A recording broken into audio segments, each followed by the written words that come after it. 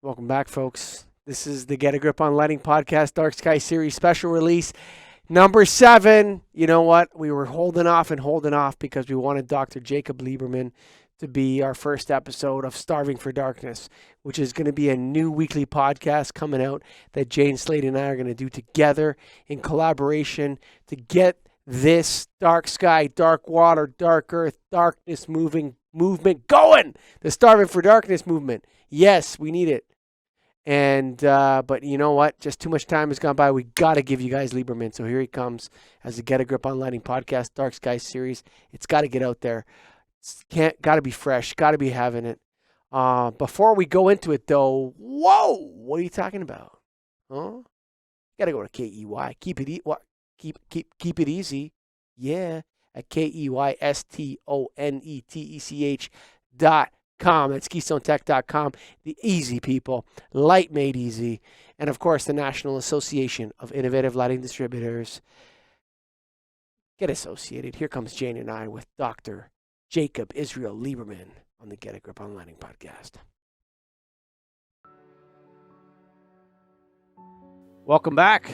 Welcome to the first episode of the Starving for Darkness podcast. And it's hosted by Jane Slade and myself, Michael Colligan. And this podcast, the purpose of it is to promote the responsible use of electric light. But that's not where it's limited. And so we're going to go to a lot of areas and that surround this topic in terms of light, darkness, internal light, the internal darkness. And we're going to discuss these things and their meaning and why they're important. And we're going to make the case for the technical side, but that has a whole other element to it. And so this is the first episode of that show.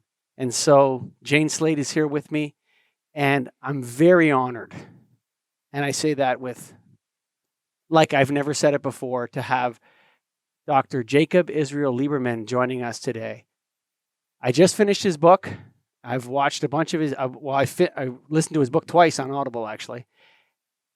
Before we start, I've already interviewed you once. Dr. Lieberman, Jacob, thank you so much for your work, actually. I'm so honored to have you here. I am equally honored. You know, a conversation is much better than a monologue. And there's some excitement and spontaneity that happens when two people connect and actually do something live, like what we're doing right now. So for me, this is the most exciting conversation I could have.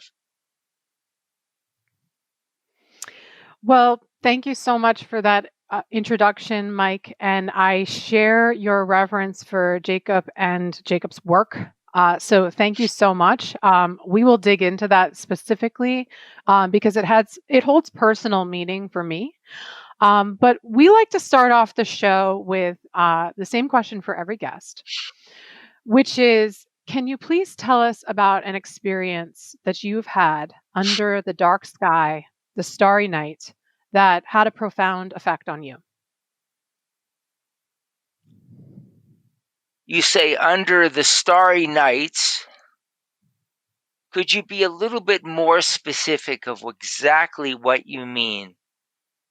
Yes. So in this podcast series, we really are talking about the effects of light pollution upon the planet.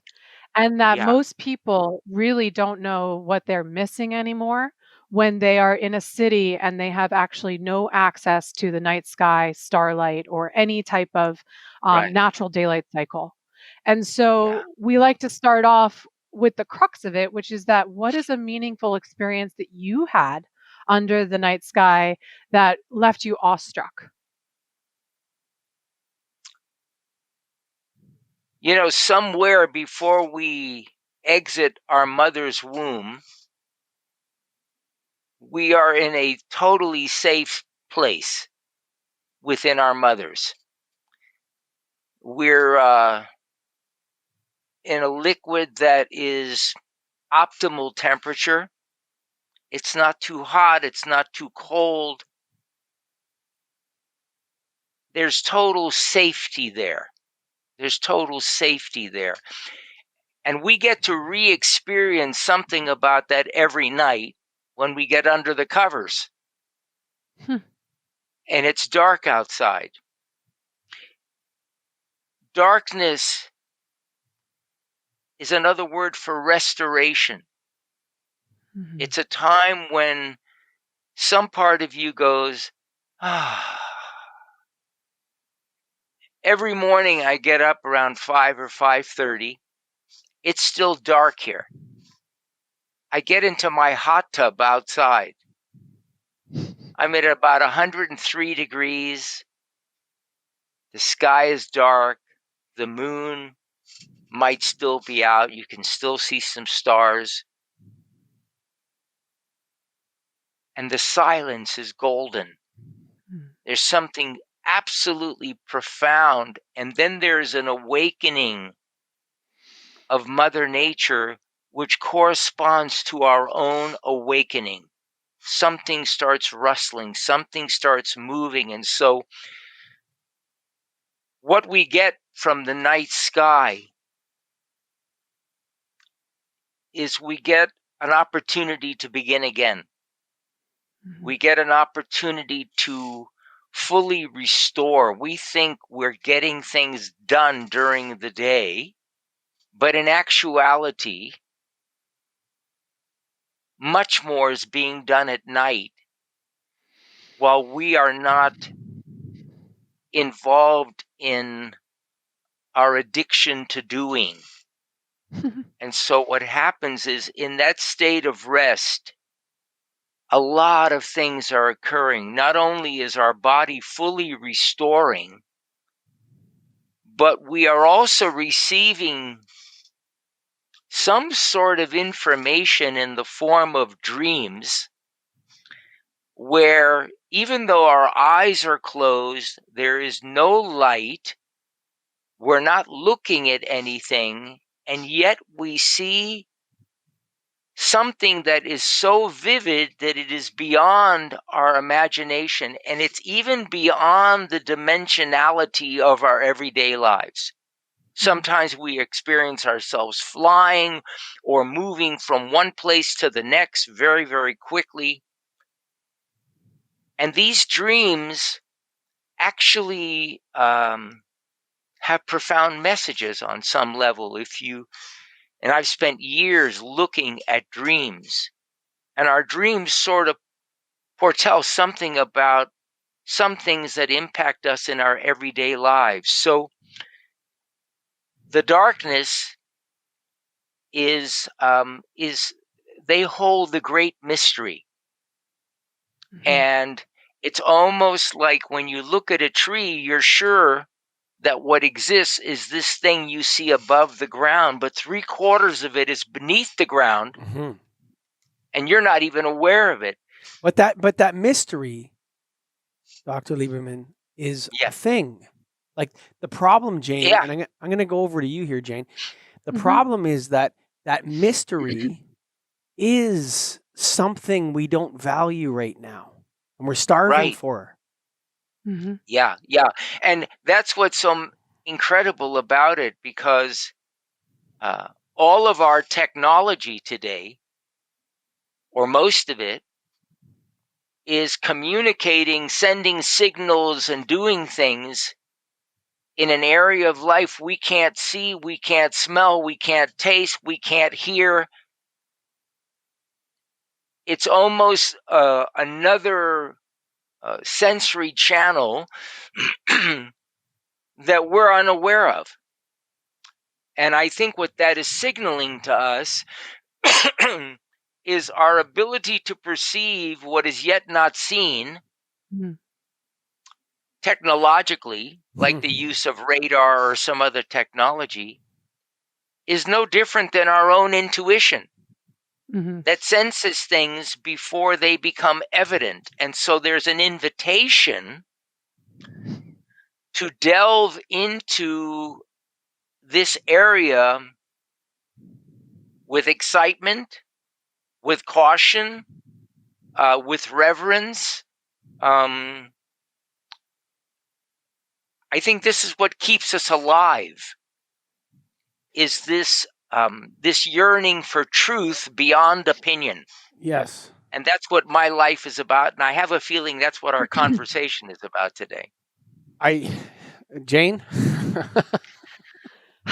Well, let me just say, Jacob, that your work is profoundly personal to me because I I am the child of a biologist, and so science was always this revered type of thought. And I believe in science and I love science, but it leaves gaping holes in what I need as a human.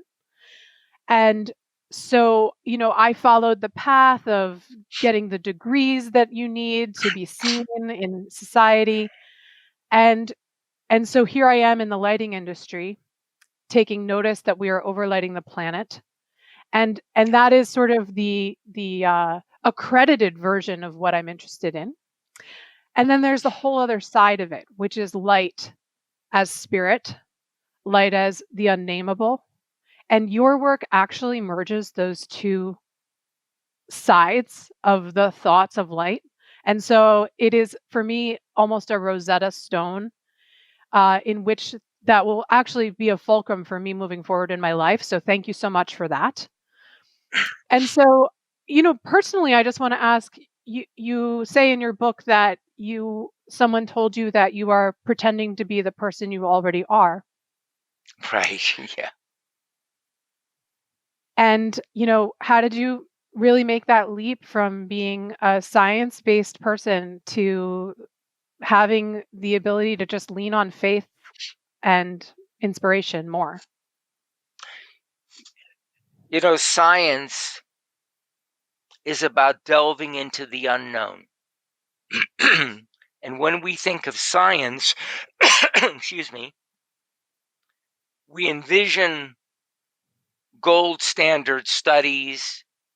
We envision looking into a microscope or a telescope or some device that can sense things that perhaps our senses don't immediately see. But that's only one brand of science. There is another type of scientist called a mystic. A mystic does not see the invisible by looking through a microscope. They actually see what is not there based on direct experience. Direct experience meaning that they have an epiphany. So, to give you an example, and I often have asked this to scientists when we get into these conversations, there is a place before I say, oh, I had a great idea, where that idea enters our awareness from where we do not know. We might be sitting and having a glass of wine or a dinner at a restaurant, and all of a sudden, something flashes in our awareness that we have no idea where this came from. We call it inspiration. And we start writing feverishly on the napkin because we just had the download of our lives. That hit of inspiration, which doesn't come through as a thought, it comes through as pure clarity. It doesn't come from us, it comes to us free of charge. That is what causes our eyes physically and the mind's eye to look in a certain direction with almost a falling in love with something, where I must take a look at that. I must go there. I must do that. And so that inspiration is actually the spark that catalyzes scientific discovery. And so even the most hardcore scientists, even though they may say, I don't believe in these things that are unseen, even though their work deals with the unseen, if you speak with them privately, they will let you know that prior to every area that they've delved into, something has come to them, an insight, an epiphany, a revelation, I don't know what it is, that all of a sudden says, oh my God, something is possible. And that is the area of science that has always blessed my life. I'll give you a perfect example. I was 11 years old. I was living in Miami, Florida, and I was selling newspapers on the corner every afternoon. I used to sell the 5-star final for a nickel and make a penny on each paper. And I would ride my bicycle to the corner after school, and sell papers. But one day I was in school late. I drove to the corner before I had a chance to go home and get a snack. I got to the corner, the papers hadn't been delivered, and I was hungry. All of a sudden, what caught my eye was Saunders Hardware across the street. This was on the corner of 27th Avenue and Carl Way in Miami. I remember it so well. I walked into Saunders Hardware. I went right to the candy counter where they had all the different bars. I grabbed a Mars bar, which was very common at the time. I stuck it in my back pocket and I started to walk out. All of a sudden, I heard a voice in my head. It said, nobody saw you. And immediately, something stopped me in my tracks. And there was a realization that I saw me. I went outside and I sat under a tree, afraid to go back and return the candy bar. And at the same time, sitting with this amazing realization, this voice I heard all the time that I thought was inside my head that said, nobody saw you. And then this awareness that had no voice whatsoever, that realized that I, whatever I was, saw me. And I realized the I that saw me was not the voice that said nobody saw you. So, And that was one of, hang on a second here. Hang on. Because like what you've gone, the idea of science, the mystic as scientist, okay? And the idea of where inspiration comes from, that is before you, like these voices in our heads, and you talk about the witness so much in your work. Yeah. The witness. Who stole the Mars bar, right? Who did that, right? The witness, right? And this accumulation. How, like from a scientific perspective, how did you come from, and I want to go back to the mystic, how, like that's a courageous step. You take Max Planck, he says, you talk about this in your book, Luminous Life, a lot, where you talk about the observed and the observer and the permanent change that happens, and that's a scientific law. I think it was Max Planck or whatever. And that conflicts with Einstein's theory of relativity, but they both are true, or they both believe to be true at the same time, and that's a great paradox. How does the scientist enter mysticism? And at what point do we encourage that? Or why have we lost that or something? Can you comment to that effect? Einstein was once asked, how did you discover the theory of relativity? And he started laughing and he said, oh, that came to me while I was playing piano. That line, if you look at the writings of Einstein early in his life, you see the hardcore scientist. If you look at a lot of the things he said later in his life, you see a mystic, a philosopher. I think all scientists eventually come to a place of realizing that behind everything we think we know is a mystery. And that mystery is really what science is looking at. So the leap comes from spending all of our lives thinking that we know versus this witness that knows without knowing how it knows. You said before, who stole the candy bar? The candy bar was stolen or was initiated by that same part of our system that said nobody saw you. The witness is that which is noticing everything and is not that chatter in the head.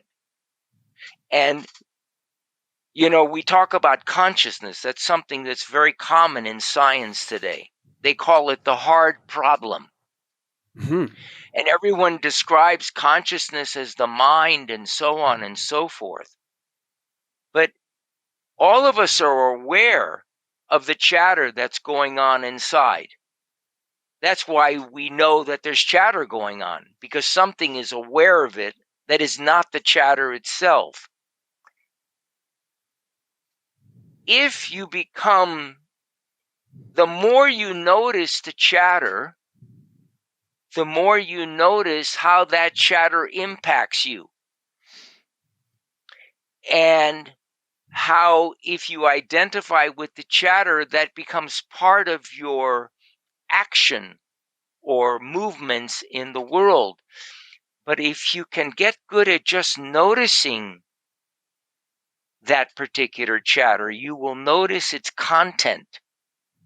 And you will see that its content is really all the conditioning that we've had throughout our lifetime. Sometimes we speak of the mind and we say, I had a second thought.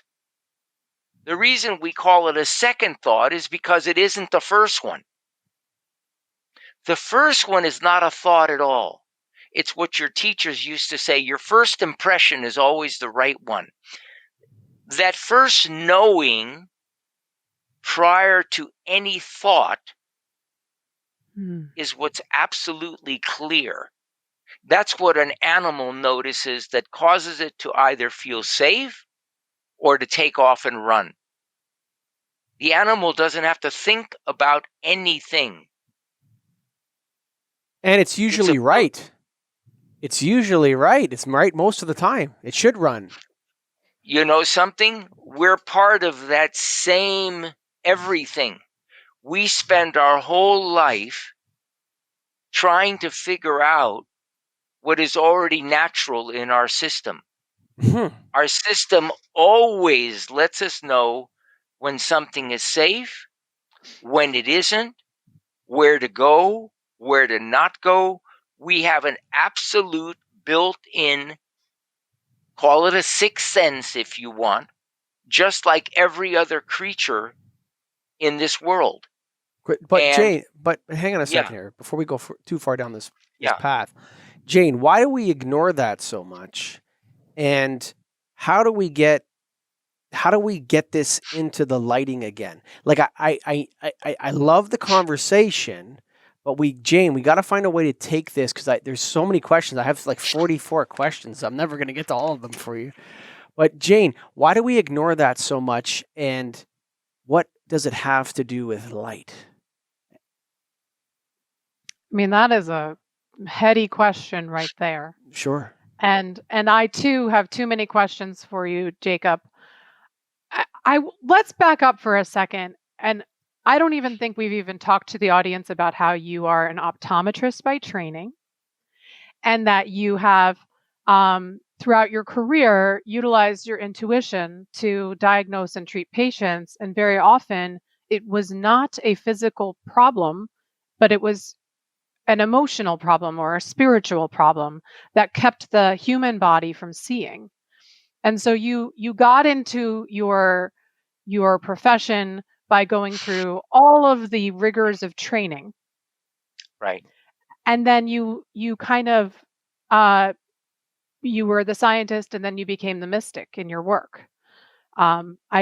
am thinking right now about the anecdote in your story about how you simply knew to touch the back of a patient to allow her to be able to see properly. And that just came to you as a moment of intuition.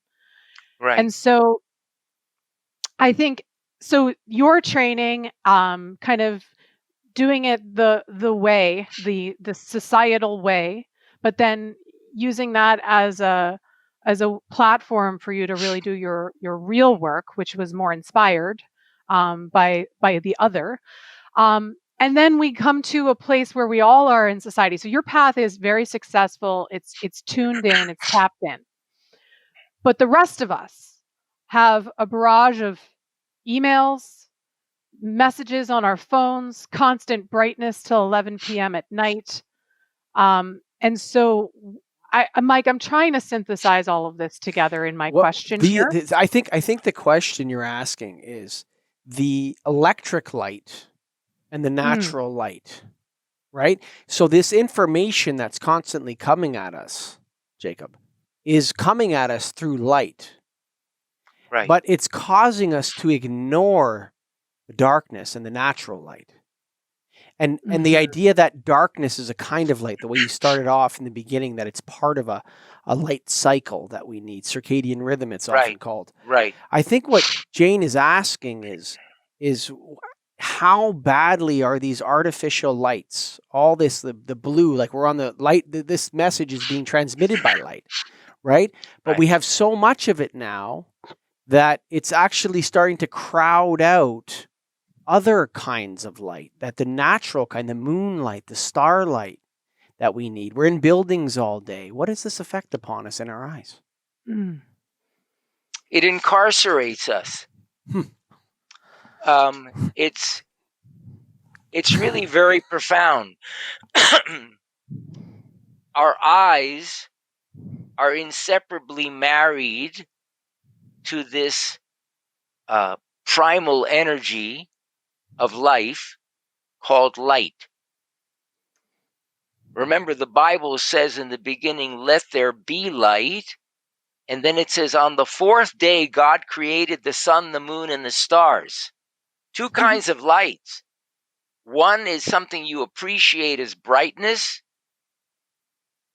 and one is light of a different nature. And you're asking about both of those lights.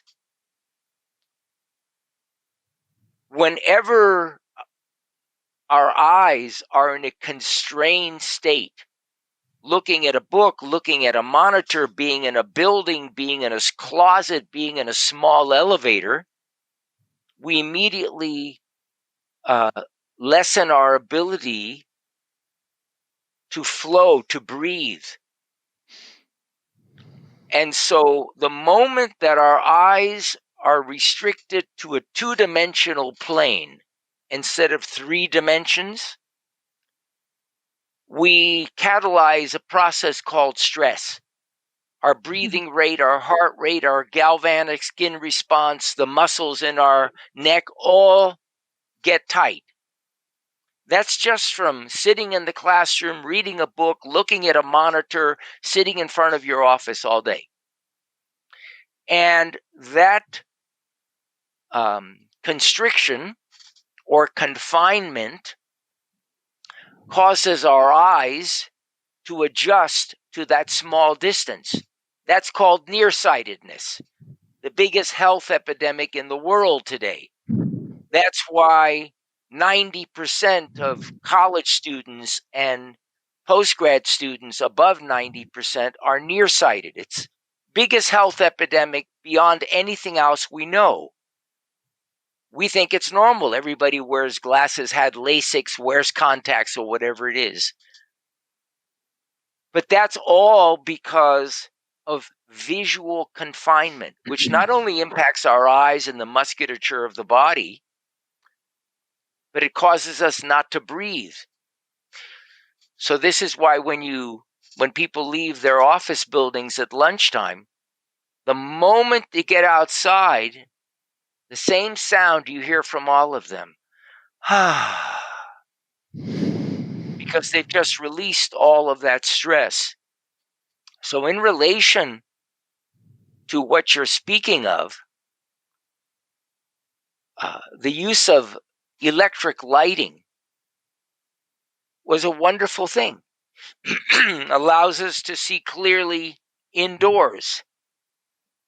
But when we create things, because we create them from something that does not see reality directly or infinitely, but sees it in a confined manner, it's called the mind, we create something that's only partially beneficial. Because the part we don't see is partially not beneficial. And those parts that are not beneficial are called side effects. So pretty much every technology that we develop has an impact, an effect, and then years later we say, oh my God, there are these side effects. Mm-hmm. So years ago we told people not to go in the sun because sun created skin cancer and cataracts and all that. Well, most of that was really not the case. But when they did that, people not only continued to get melanomas, which have nothing to do with the sun for the most part, but now we have a vitamin D epidemic because people are not going out in the sun. So everything is about moderation and balance. In my office right now, here I have a 32-inch monitor and a 4-by-8-foot window right behind it. I have natural light coming in all the time. My eyes can escape into infinity in any moment. So I take the technology that we have and I also marry it to Mother Nature. I have lighting in the house, but I have halogen lighting, which for me is some of the best indoor lighting I think you're right. You're talking to a lighting expert, but before you go any further, I want to ask Jane, because I'm listening to you and I agree with you, but there's something I think that Jane is onto that is equally as important. And so what we've discovered on the Get a Grip on Lighting podcast, and now we're going to discover more on this podcast, is that, listen, sunglasses are actually probably bad for you most of the time. Yes. And sunscreen is probably bad for you most of the time. In fact, when it expires, it becomes hazardous waste in Ontario. So in the province I live in, if expired sunscreen comes off the shelf, it has to be shipped on a manifest and disposed of as hazardous waste. Okay? But so we're equally lacking in the natural light, the light that you have behind the window of your screen. And when people go outside, they feel less stressed. But Jane, this thing is called starving for darkness. And I think we're equally lacking in darkness, as if darkness is a kind of light, Jane Slade. Yes, and to circle back and maybe connect some dots here, and coming back to what you said originally, Jacob, which is that darkness is restorative.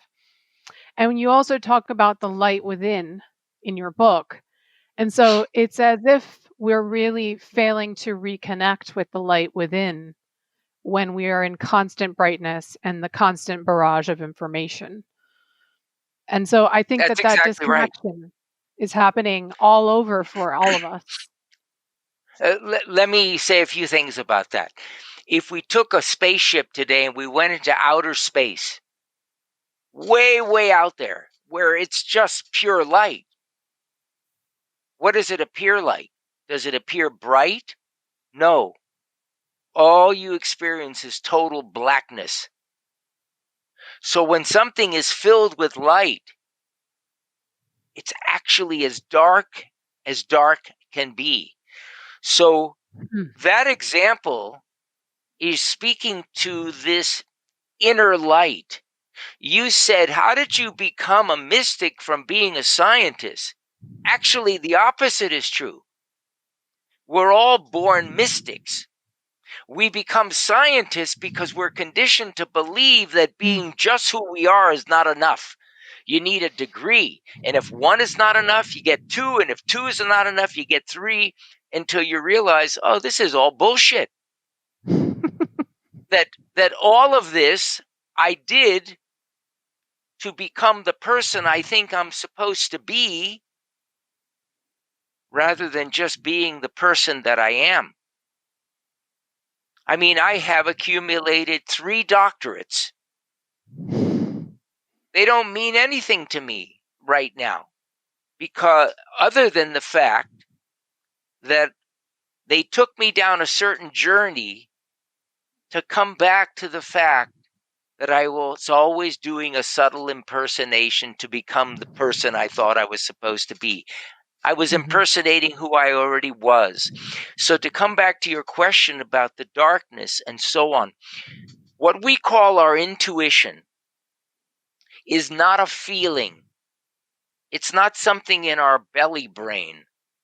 What we call our intuition is our inseparable connection with the signals of light, which are invisible, that are guiding the activity of all 100 trillion cells in our body continually, so that they have a sense of what's coming before it has arrived.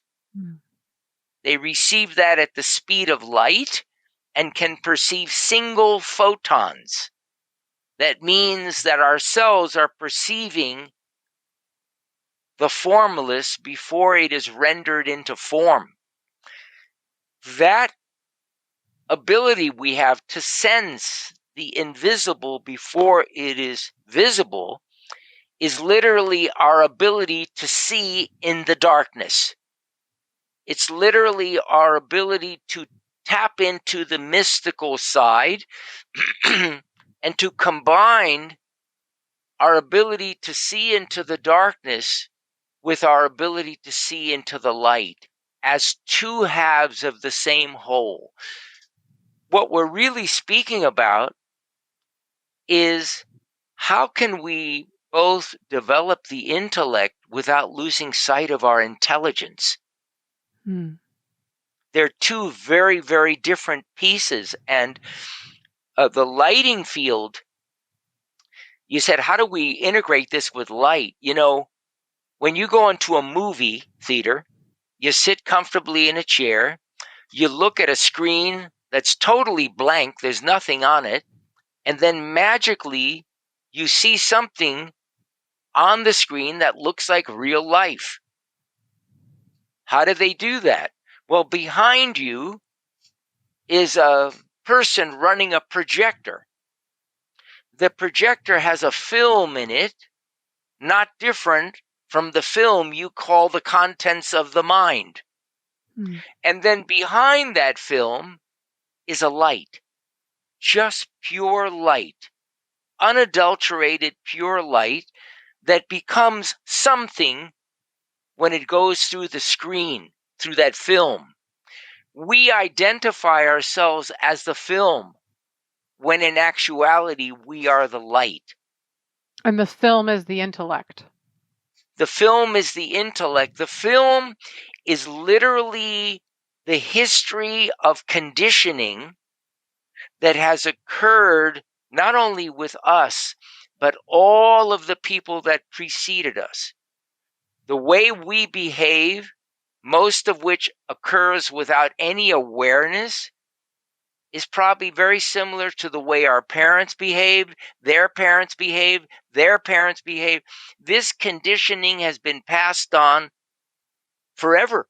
When you were born, Jane, before someone put a label on you that said Jane, before the nurse wrapped you up in a pink rather than a blue blanket, before you were told, oh, you have white skin rather than darker skin, before they said, oh, you're Christian, you're Jewish, you're Muslim, you're whatever it is, before any of that, you were just pure essence. No preferences, no likes, no dislikes, no beliefs, just pure awareness. That pure awareness, that is hardwired into us. We are born with that state. There is some conditioning that's passed through, and then it is reinforced in our life experiences. I got to ask a question here because you're hitting on, Yeah. and we're away from light again, but that's okay. Too bad for the listeners if they're just light obsessed, because this is very important to me personally. So you make the assertion in your book that when babies are born without an ego, and that the ego develops. Okay. Right. And I actually disagree with that. I think that, that's hard to know. And you also talk about, the unconscious is unavailable for analysis because there's no way to separate the self from that which observes it in a way, right? So the consciousness is what's observing, in a sense. That's the witness. So it's impossible to witness the witness, in a sense. That's a fundamental dilemma of science, right? That we can never learn what consciousness is because the witness is what's...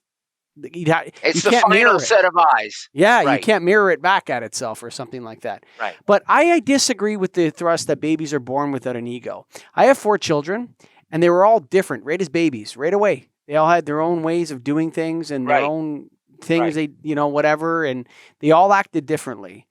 And so my belief is that we're born with the ego, and that if we walk our path, whether you talk about Christ consciousness, you talk about Hinduism, whatever it is that you're talking about, they're all kind of speaking to something that's on another level or another layer, and that's this idea of enlightenment, or whatever you want, nirvana, or whatever you want to call it. They all have the words.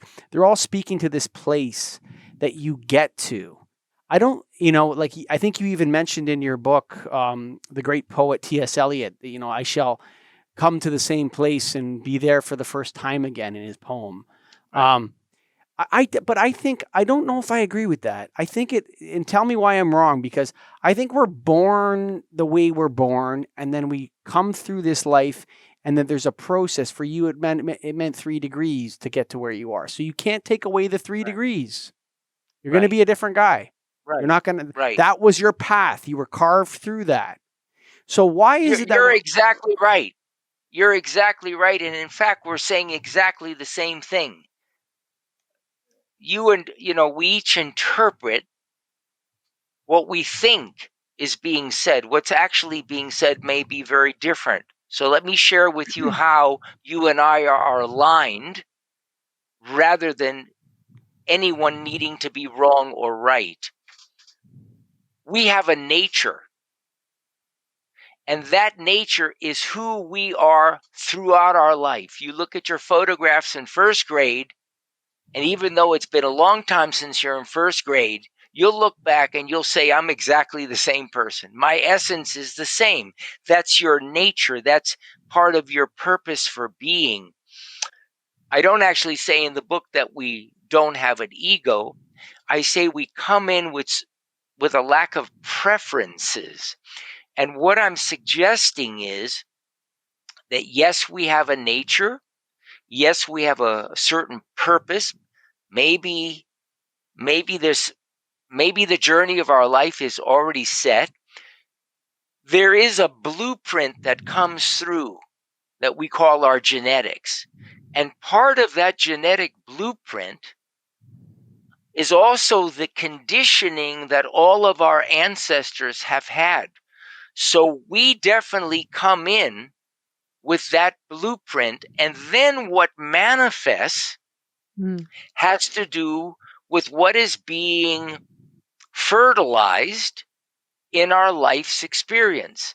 And so we have certain things inside of us, and then when we experience something like it, it sort of like puts water on that particular plant and waters it. There's absolutely nothing wrong with our journey. I had to go through everything I had to go through to actually come to this place that I needed to come to. So I see that my life's journey was actually part of my awakening, part of my curriculum, and so on. The point I'm trying to make is probably the same point that Buddha came to after his awakening. One of the first things he said after he supposedly awoke was, oh my God, there was nothing to do. We all think we have to do something in order to get it there, when in actuality, we're already there. So this is confirming exactly what you said.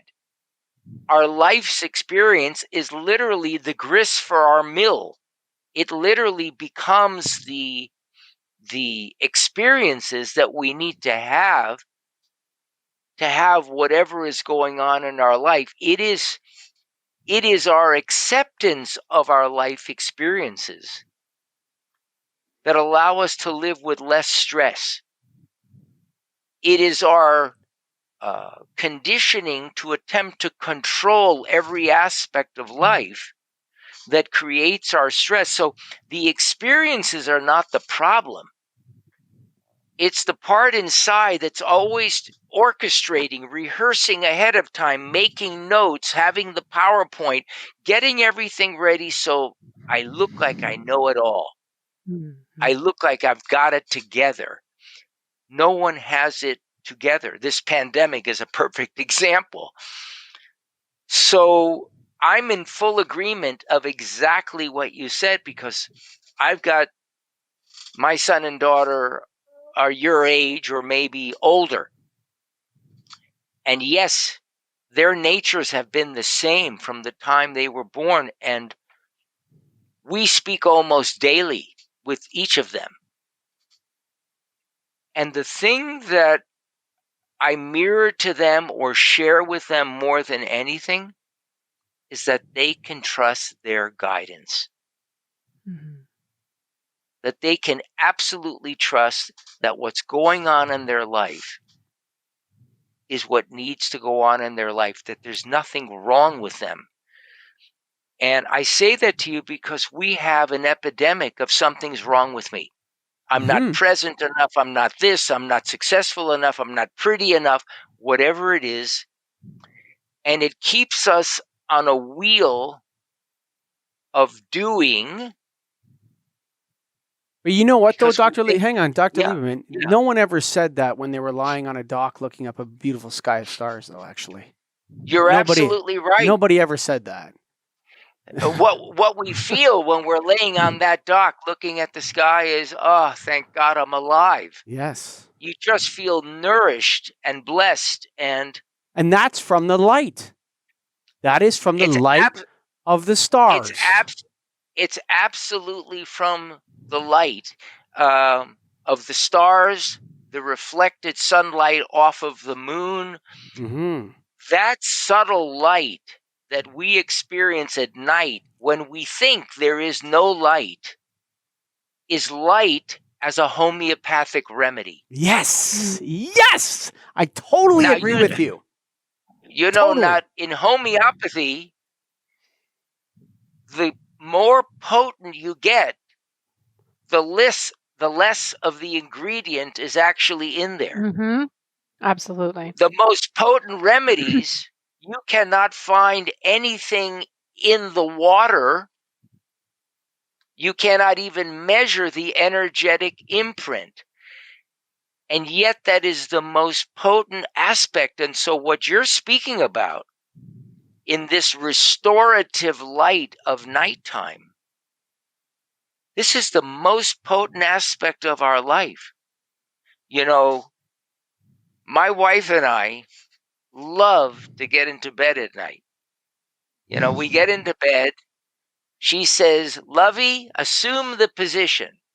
I put my left arm up. She puts her head right here.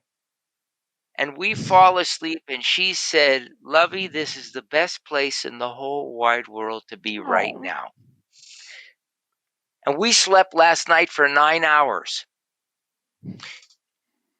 And it was sleep last night without any dreams. Everything was just like a log. It was just a taking in, a refreshing aspect. For me, that's the best part of my 24-hour cycle, is falling into that space where there's no more thoughts, there's no more struggle, there's nothing else to figure out. And when you think about it, I had a very dear friend of mine who passed away a couple of years ago. He was 92 years old. And he called me one day and he said, I'm afraid of this dying. Can you talk to me about it? I said, what are you afraid of? And he says, I'm not actually sure. I said, well, dying is no different than going to sleep at night. You lay your head on the pillow. You start to feel that sense of no more thoughts, no more stresses, no more anything. The stuff that we spent all day fighting, it's gone now. I said, the only thing about death is that you don't have to wake up and do that same damn thing again. You get to just have that sense. I said, so death is really no different than falling asleep. It's just we fall into that light, that restorative aspect of our nature at a very, very deep level. It's actually an incredibly comforting aspect of having lived a full and vibrant and luminous life. Mm-hmm. You know, I want to ask you. I think that's absolutely beautiful what you just said. I want to change gears a little bit, Jane. But if you have anything first, please go ahead. Well, what I'm curious what your gear shift is. Here's my question. You say that everything in the universe is connected, and I completely agree, and that we are simply cells in this system of the universe. And I wanted to ask you about some inexplicable, in a scientific way, anecdotes that you may have in regard to that. But Mike, I'm curious about your gear shifting as well. So, oh, I think that Jacob, if you want to go ahead and answer Jane first, and then depending on where you go, then I'll decide whether it's time to shift gears or not, because my okay. brain's getting blown. But we also, Are we you don't have a limit to the time of the show, but we all have limits, right? So, So are you asking me what experiences I've had that are outside the realm of understanding? Yes, exactly. My life is full of them, and my children were part of them. I want to show you something. Just give me a second. Okay, So I'm just gonna blow your mind a little further. please do. When my children were, you see this? Can you see these things? Yep. Yes. What do you think Yeah. those are? Forks that bent were forks, yeah, something like that. Here, shaped hold into on a second. sculptures. Here's some more. Okay. Yep. Spoons, bent cutlery. Yep. Yeah, here. Cutlery sculptures is what I'm seeing. Right, I see a bent fork. I'm not as creative. right. How do you think they were made? And I'm going to show you one more. I mean, I'm wondering if I want you to look at this one. Look at that part, the end of the fork that's bent. Can you see that right here? Mhm. yes. Yep. How do you think those were created? For the If I was listeners, but hang on, for the talking to people yeah. listening, Jacob was just showing us a bunch of cutlery that was been bent into odd shapes, and one fork is bent sort of like a Z almost, and with a little tip of the fork part bent. Go ahead, Jane. Right. If I weren't How were talking to these you, Jacob, created? I would say someone took some pliers, but I think you're going to tell me something about telepathy or what's Right. the I'm going to tell you just one story to and I only know where these are because someone was visiting the other night and started talking about this, and I pulled this out. When my children were very young, my son was about 8 years old. My daughter my son was 7. My daughter was, I think, probably 8.5 or 9. I was living in Miami, Florida. Some friend called me and he said, we're going to a metal bending party tonight. This was probably 82 or something like that. I said, a what? He said, a metal bending party. I don't know what it is. You want to come? So my kids used to come with me everywhere, so I took them with me. And we went into this place and this apartment, and when we walked in, there was a big salad bowl filled with cutlery, and there was a sign there that said, take a handful. So we each took a few of these, and we sat down. And then the woman came out dressed in a white robe and started talking about how these metal objects, if you're in the right state and they're in your hand, they literally will start decomposing in your hands. I didn't know what the hell she was talking about.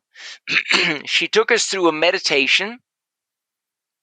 And after the meditation, she asked, did any of you have an experience?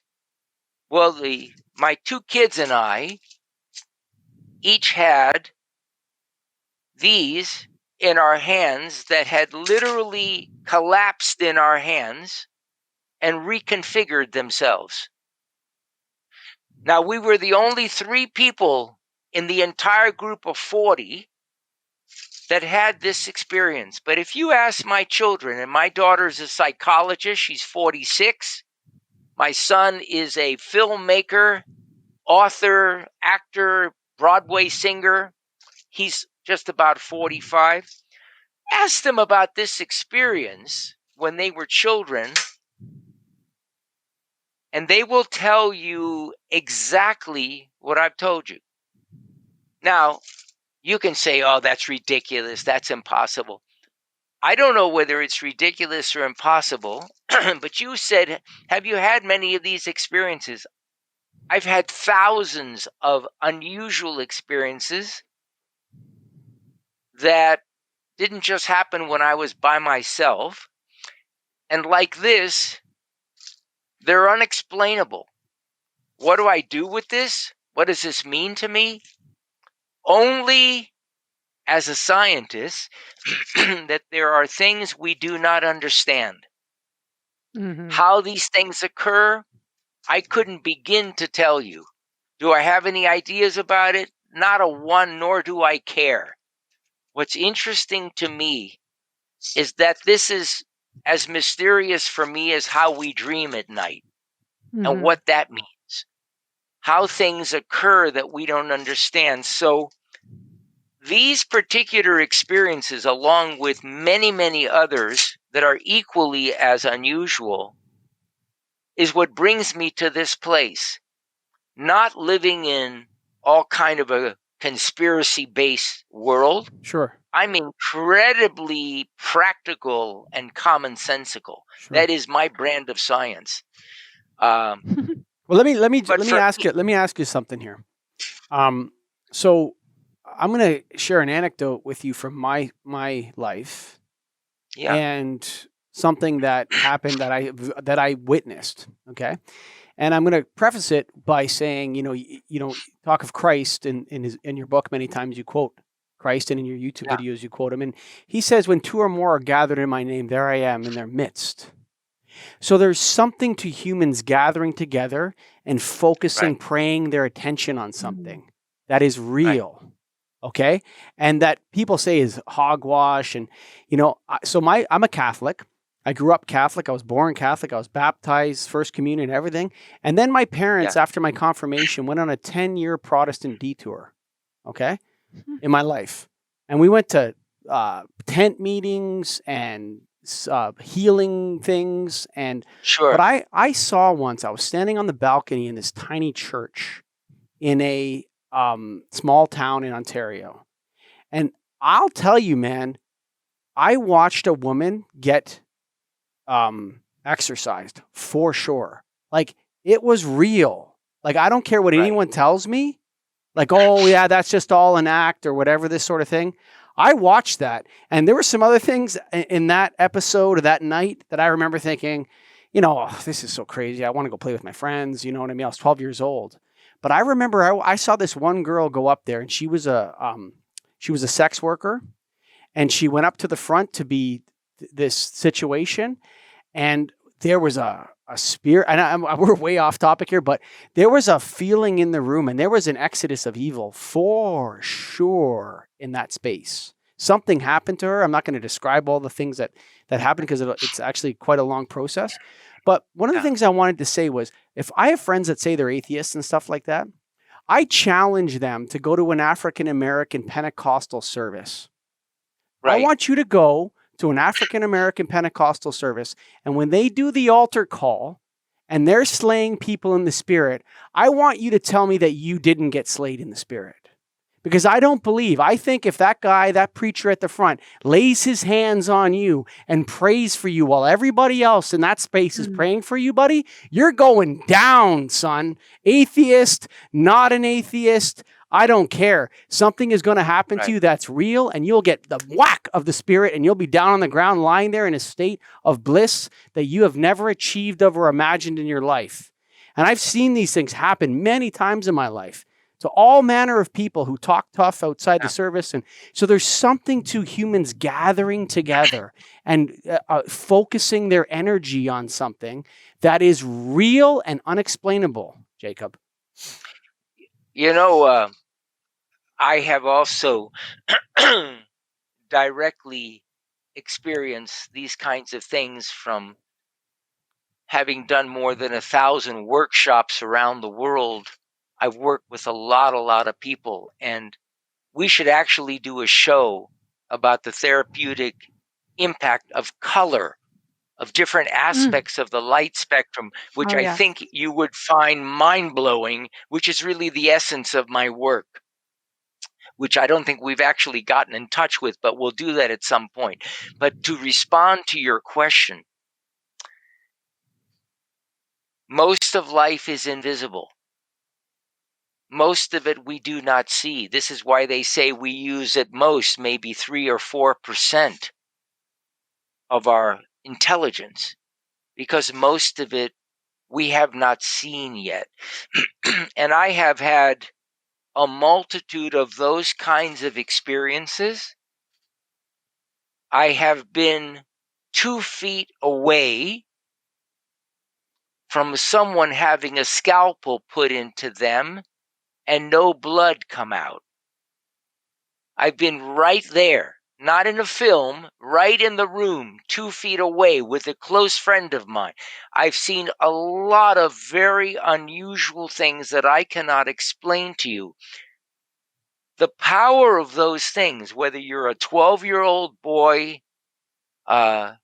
experiencing what you experience or the things that I experience, for me, the beauty of those experiences is that they allow you to get a glimpse of something that is totally outside the box. And when it occurs in such a potent manner as you experienced it, or as I experienced it, or perhaps Jane, it's life-changing. It's paradigm shifting. It lets you know that something is possible. You know that in 1976... You can't unexperience it. You can't unexperience. Exactly. And when the experience is potent, like the miraculous shift in my eyesight in 1976, I can't convince anyone of that. But when that happened, and when people are slain in the spirit, they're entering a darkness. Their eyes are closed. Your eyes are closed. Right. You're in that darkness, right? There's no electric light penetrate. You shut yourself off from it. You're sleeping. You're shutting yourself off, and you're allowing the internal light to be in control now. And that's what's going on with the dark sky, Jane. Our artificial light, the crazy LED, really bright LED lights. And I know why you don't have any LED lights in your home, because I don't either. And I'm the owner of 3 lighting companies that sell LEDs all day long. But I don't have them in my bathroom where I want a nice warm color temperature and I want the infrared that's in the light. But Jane, it's that darkness that we're pushing away with all of our artificial light that's contributing to a lack of depth to our character or something. I don't know how to describe it. Jacob and Jane. I feel like the fact that people cannot see the stars, the fact that they're starving for darkness, as Jane Slade puts it, this fact is causing us all manner of psychological and health effects because we can't reset, Jacob. We can't reset to that. Not only we can't reset, we have forgotten the most essential aspects of life. Or we can't remember or something because it's being clouded out. If we are in touch with this piece of our life, this eternal darkness, which is literally filled with an invisible light, if we are in touch with that, we can no longer lie. We can no longer do business in a way that's good for me and bad for you. The world has to become about we rather than about me. This entire pandemic has caused us to have to go inside and re-examine things. So the darkness, whether you're speaking about it literally as the darkness of the night sky, that is actually no different than coming into that internal darkness. That's exactly the same thing. That is nature's way of inviting us there. And we've blocked that, Jane Slade. We've blocked it. So, Jacob, as you just said, I mean, this is a perfect summation to this discussion. And let me just tell you, I looked down at my questions. I don't know that I asked many of them, but we have definitely covered a lot of it. But you say most of life is invisible.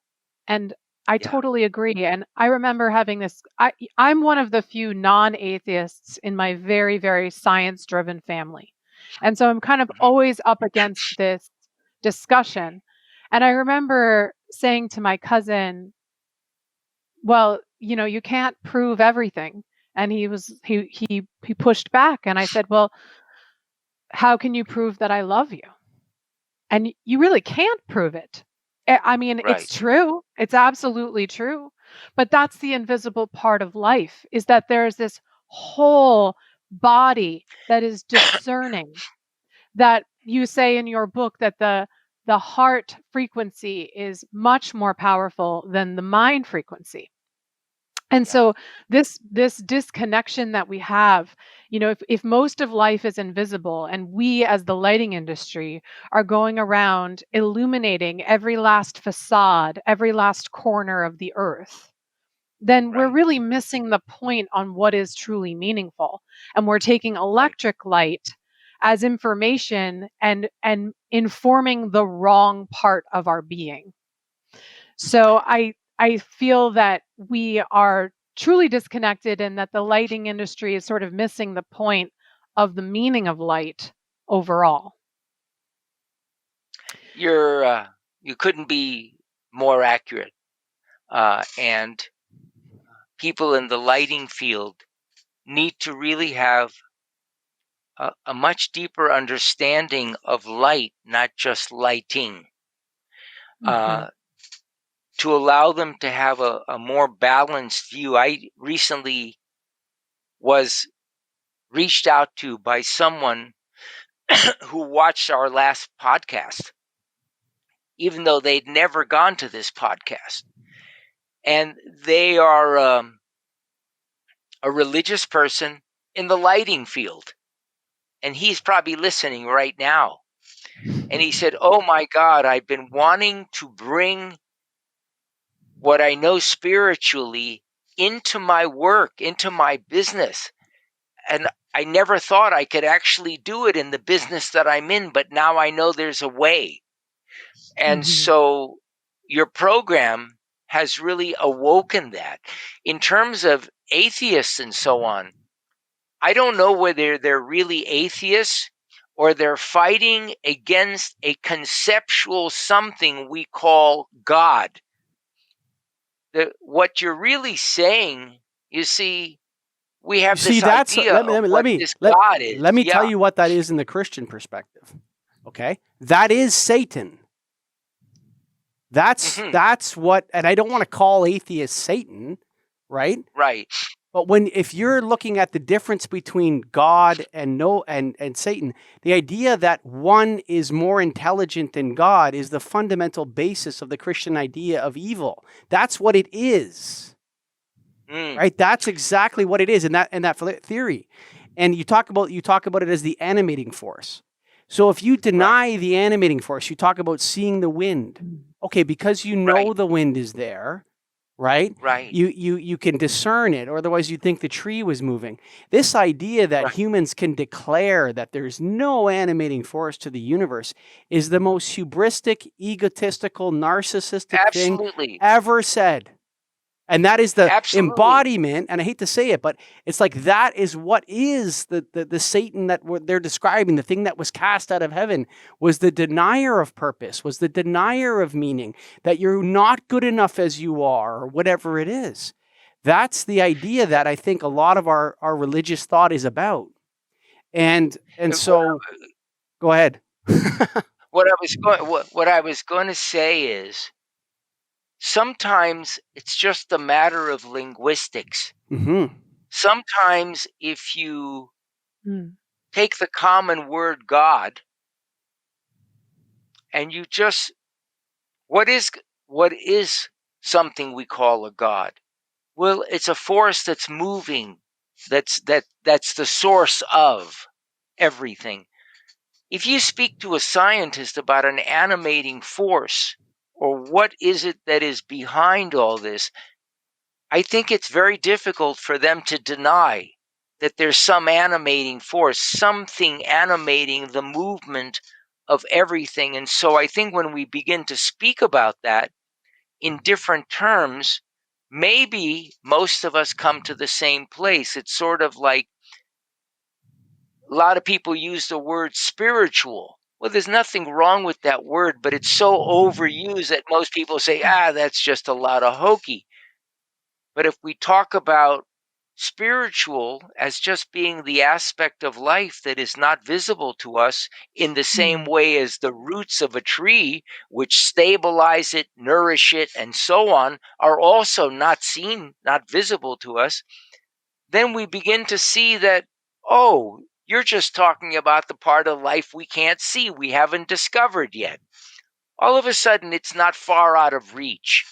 And so part of communicating with people is finding a way of recognizing that you're actually saying the same thing in different ways. Well, Lao Tzu would say the name that can be named is not the eternal name.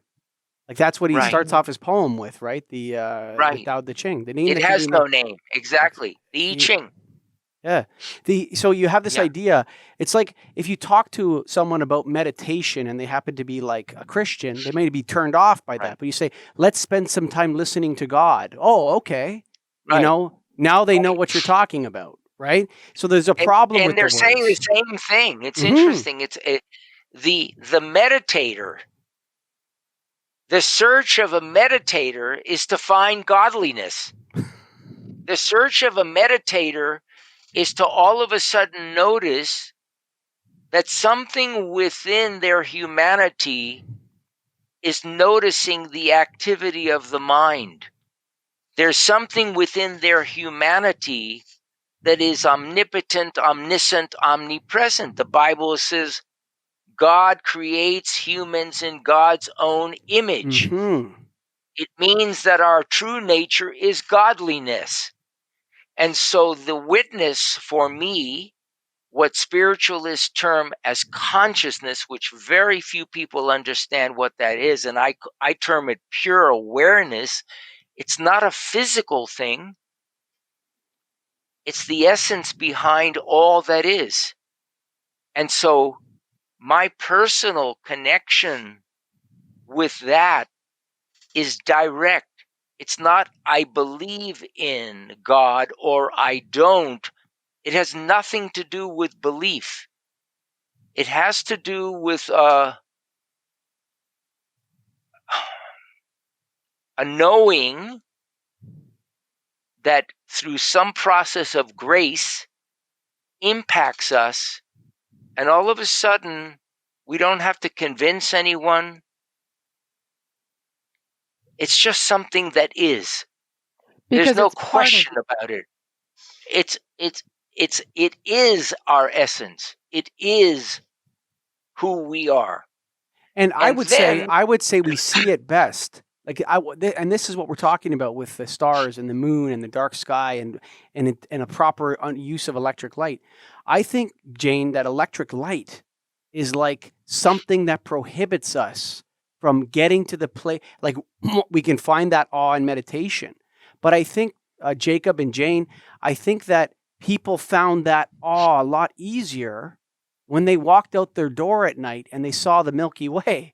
You know, there's a reason absolutely, why we sent burnt lamb smoke up to the skies, why we made these sacrifices. There's a reason why we did that. Because God was up there, or the animating force, or whatever word that you want to use. I do want to change gears to something else at some point. I know we're going long here, but this is a great show. go And for it. Jacob. Yeah. But Jane, do you have anything else before we move forward? I just want to say that I recognize in your work a parallel to many other greats, whether it's Yogananda, Eckhart Tolle, and also The Secret, which is basically holding the vision and then not worrying about the how.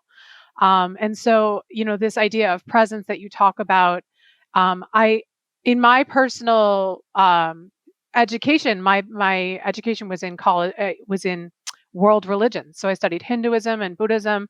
I remember my mom saying, "I don't know what you're going to do with that." And here we are.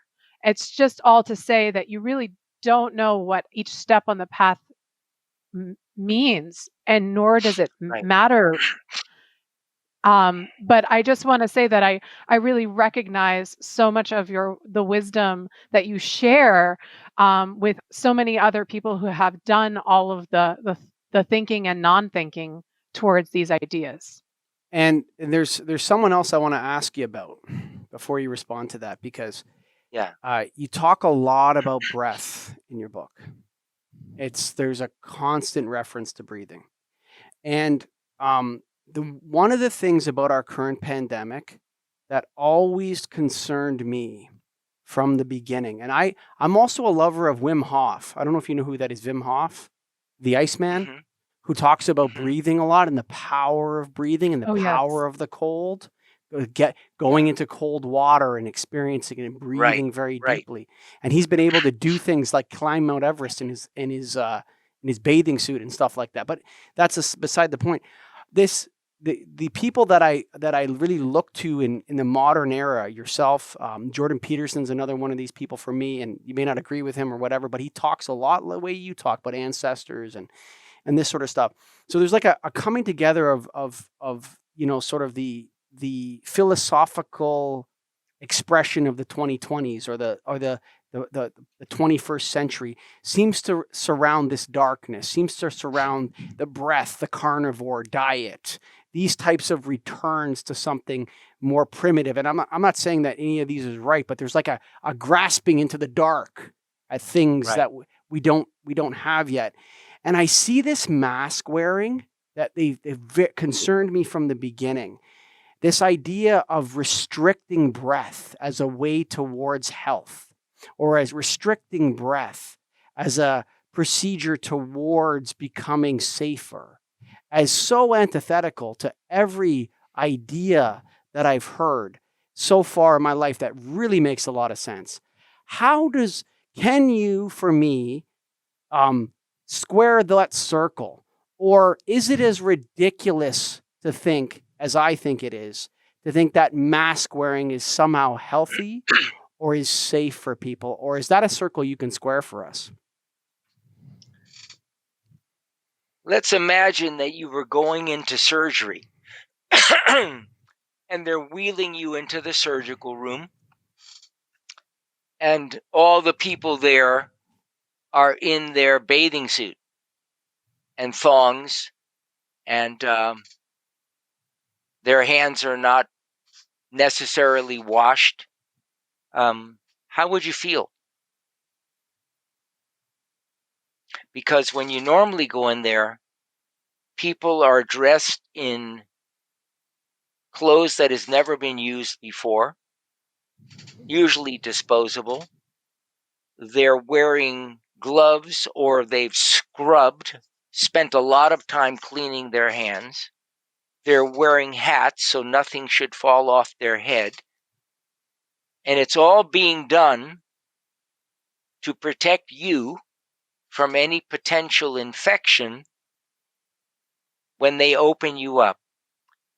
One of the oldest things in the medical and healing field to deal with airborne infection is the wearing of a mask during activities where it's possible that you could share that with someone else. So on one level, breathing is incredibly important.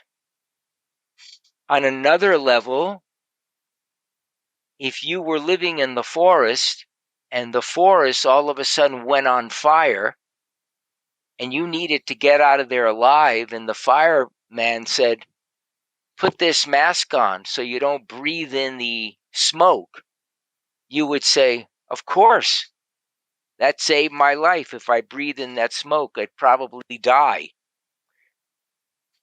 Some smoke you can see and some smoke you can't. I think the pandemic is an example of a smoke that maybe you cannot see. And regardless of what you think or what you read or what other people say,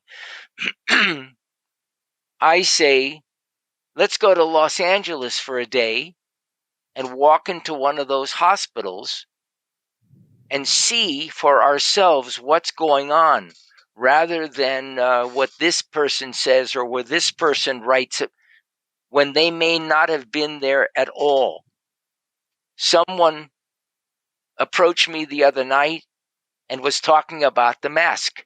The same discussion. I hate masks and this and that. And I said, it's a temporary thing. None of us are wearing them full time. Well, a lot of people think this is a hoax. I said, do you know anyone that's actually gotten it?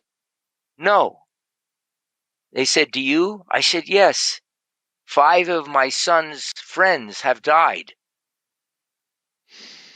Really old people? No, just 2 of them were elderly. The point I'm making is, with all of these questions, obviously, if you wore a mask all day long, it wouldn't be good for you. I don't think that's what's being suggested. I think that's With all exactly these- what's being suggested. And I think here's my concern. See, it's not the hoaxers I'm worried about, the people that think it's a hoax. Those are not the people I'm worried about.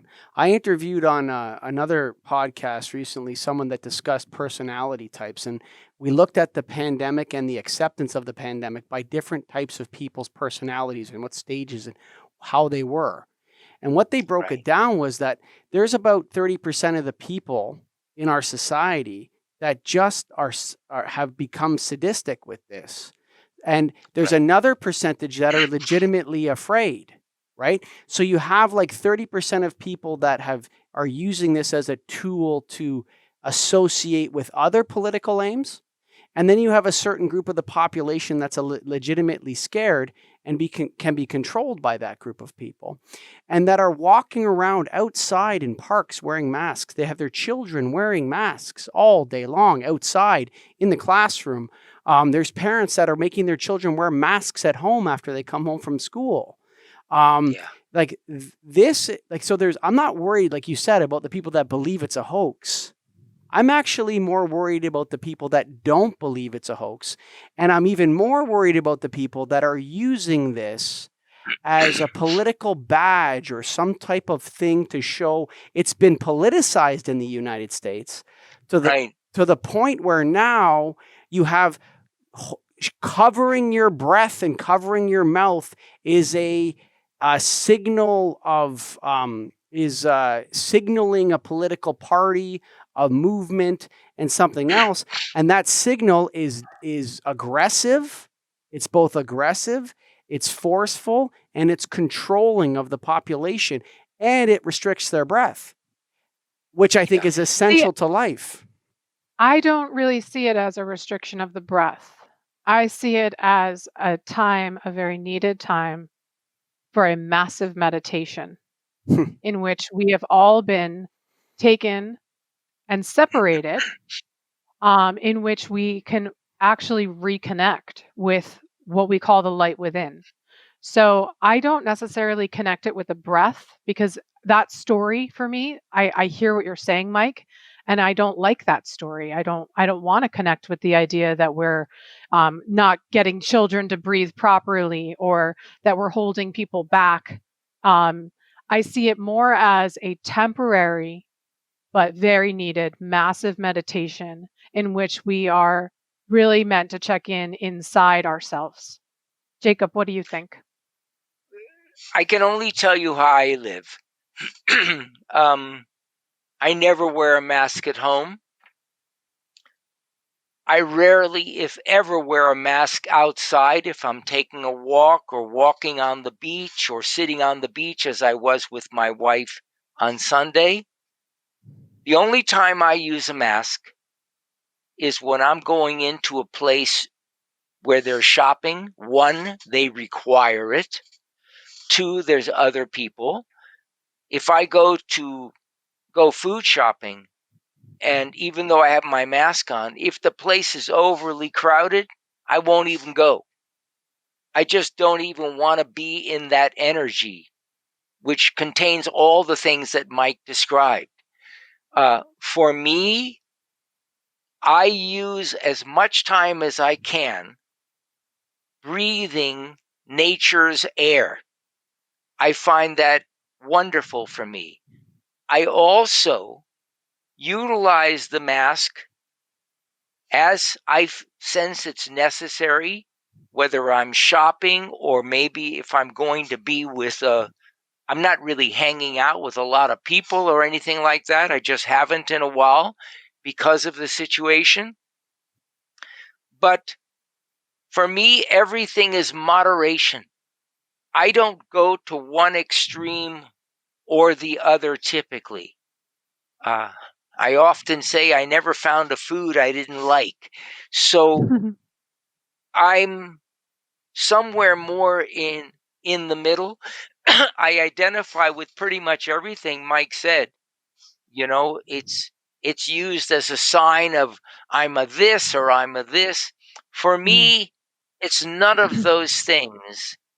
For me, what I'm guided by is my direct experience. I'm not guided by what this one says or this one says. If someone says something that's interesting, I'll research it. I'll take a look at it. I'll read the papers, whatever it is, so that I see how it sits within myself. You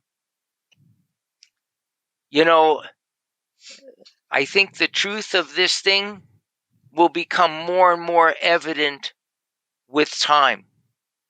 Everyone that said it was a hoax, I don't know if we can call it a hoax when we have so many people dying. If I didn't personally know people who had gotten terribly sick, were hospitalized, in my son's case, several friends of his passing, it might just be a statistic. We could just talk about it as something going on in the world, but when you have firsthand experience, something changes from that. So I think each of us have to be guided by our own internal compass, our own GPS in terms of what is appropriate. And yes, I've seen everything that Mike mentioned, and also Jane, what you mentioned about a call for a coming together, if you will, is also something that's going on worldwide right now. So we're in the midst of a paradigm shift on a lot of different levels. Yep. And when the tables are the scale is about to flip, you see pretty much most people flipping out. And that is in fact what's going on a lot of levels. when they politically. locked down Yeah. Ontario, and when they locked down the first New York or something, I told Greg, Jane, that this marks an epoch. Yeah. Nothing will be ever the same after this. That day marks an epoch. Whenever, I can't remember what it was. I said it on the show. I don't think you've squared it for me. I think that your Luminous Life your book is in contradiction to what you just said now. But that's my opinion, and I'm okay with that being my opinion. I mean, one of the things that Contradiction. well, you A said contradiction in yeah. what way? I'm going to push back a little bit because Good, it's fine. I really loved your book, and I have I'm filled with my own opinions, and I respect yours. But one of the things you said was we are inseparably connected to the intelligence of life, and we can live life by heart, and living life without safety nets. That's right from your book, and that mask is a big safety net. And I don't want to push this too hard because it is a lighting show. And we're supposed to be talking about, the re-embracing of the dark skies, but I can't square those two things. If it was a choice, and it wasn't compelled, and yes, I agree with Jane that there is a moment of time, like the moon and the stars have seen it all. Okay, they've seen all this. The sun they've seen humans behave this way before, and this is all something that will pass as well, and we'll come to a new place, and we'll all have time to reflect on it, whether in death or in life. But I can't square this with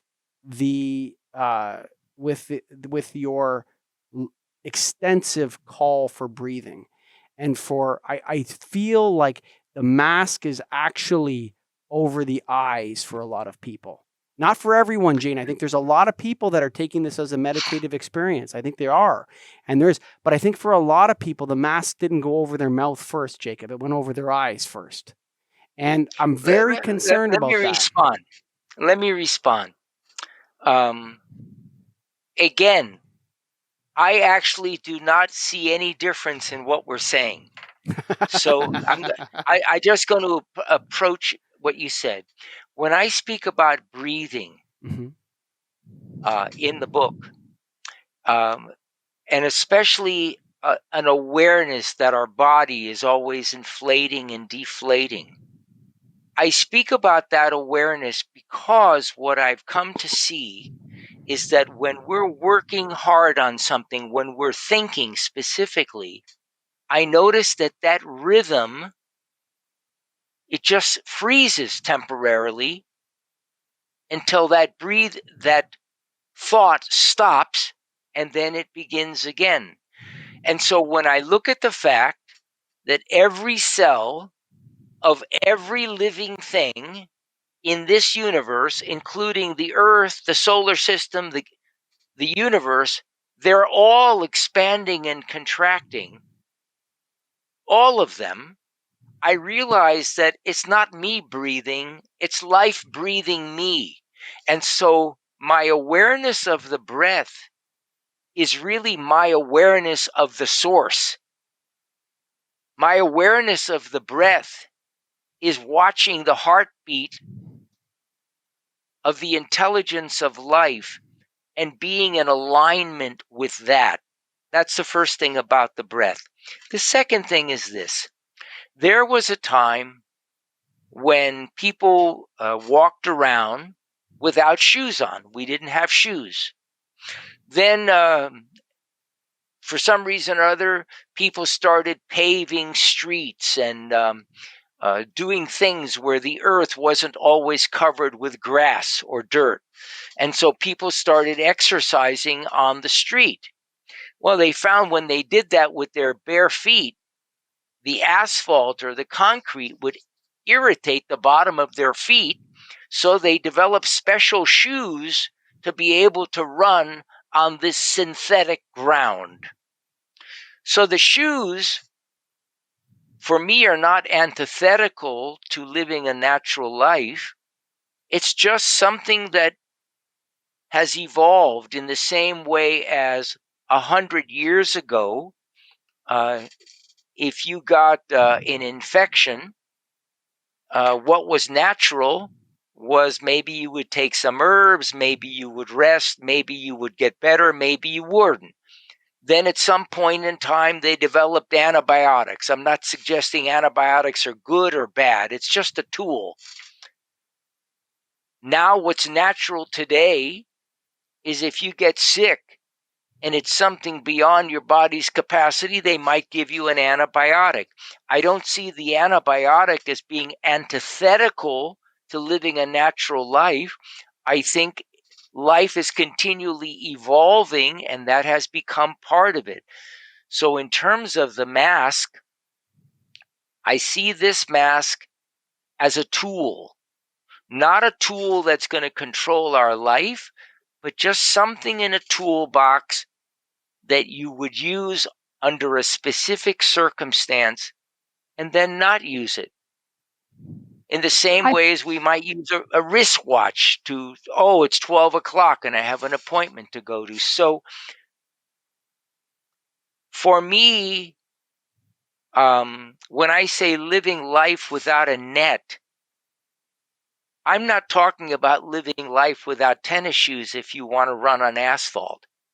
I'm talking about living life without continually worrying that I have to guarantee everything is in place to make sure that I come out okay. My sense is that we can have a conversation like this, and even though you have all these notes and hardly have you used them, we've still had a wonderful conversation. And so this is living proof that we could do this show without a net. So what I am sharing in my book does not exclude anything. It includes every expression of life, however it comes. And it's not against this or for this. And so what you're saying, even though you termed it as pushback, I never experience you as pushing. What I experience you is that you're sharing your particular experience. And because it's yours, it's no different from mine or Jane's. You're going to educate me on something that is real for you. And then we're going to talk about it.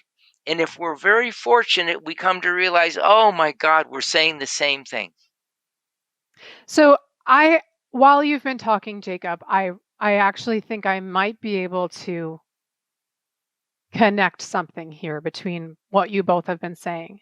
Earlier in the show, we talked about the homeopathy of light and how less light, less starlight, or less than brightness. The starlight has a medicinal factor on our minds, hearts, spirits. Well, you know, the breath is super important. I'm a yoga teacher. I connect into my breath all the time.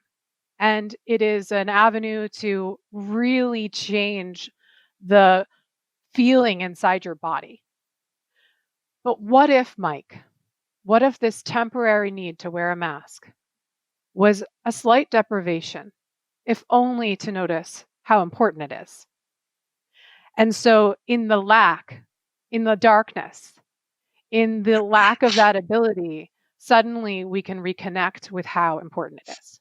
And so that story for me is way more meaningful than some of the other parts and parcels of what you were saying earlier, because sometimes I don't like to feel like that I'm being controlled by politics or by sadists or people who are hoaxers. You know, I would rather want to take a larger step back and really look at what this deprivation is doing. Because when I'm walking down the street, I can feel my breath. I can feel it get hot. It fogs up my sunglasses. I can tell when I need more breath, when I'm not getting enough, and that there is an awareness that's happening because of that I would never have connected into my breath before. So perhaps this deprivation. So you're not actually being deprived. You're being educated. Perhaps, yes. Yep. See, I think the question is the answer to that question. I love the way you just said that. That's great.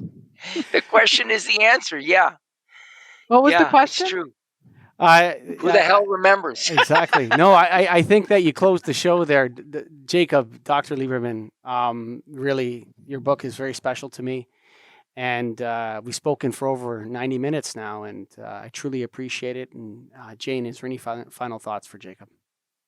I would just say thank you so much personally for merging the spirit of light and the science of light, because I, until I came across your work, wasn't sure how I would merge that in my own work.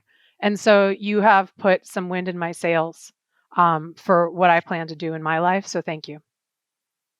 Thank you. And I just want to share one last thing with you. Sure.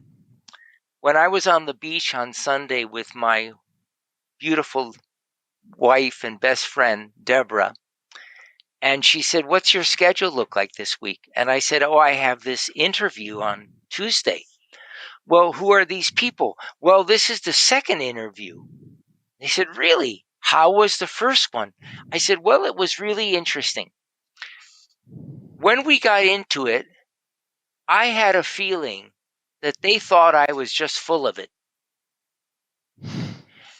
And I had a feeling that they were going to leap at any moment, confront me about this or that.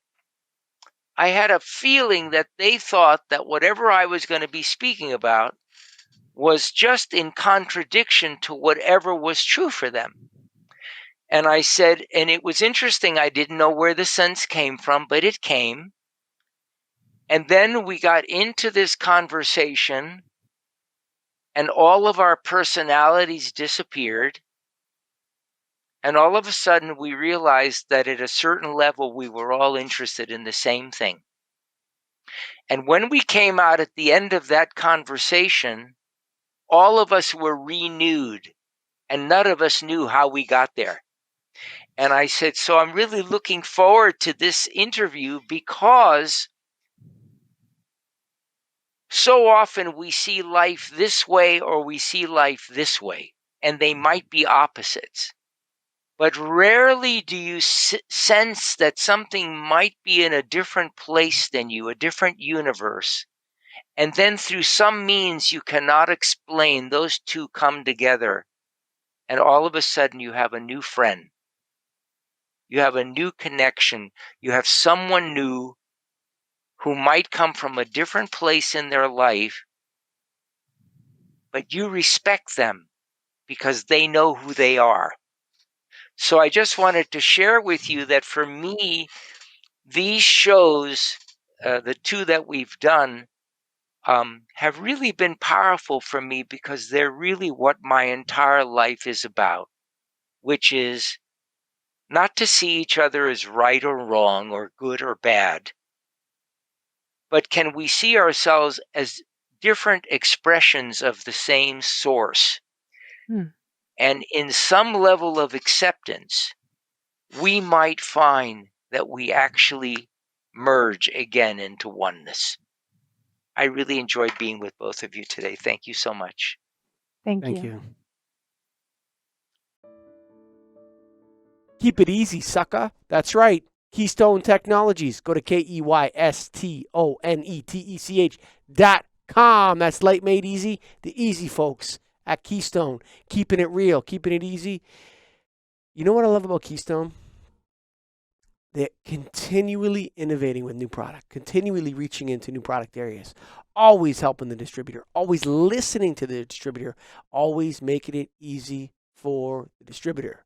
Light Made Easy. KEYSTONETECH.com. And of course, the National Association of Innovative Lighting Distributors. Get associated. Hey, Dr. Lieberman, Jacob.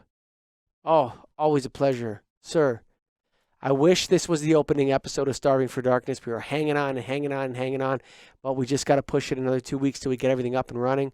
But sir, you're in my heart. I love you. I want you to come on again. You're a friend. And I really appreciate you. And I know I'm speaking on behalf of Jane when I say all that. So Dr. Lieberman, what a gift you are to the world. For the rest of you listening that made it to the end, we love you. Oh, yeah, for sure. Thanks for listening. Bye for now.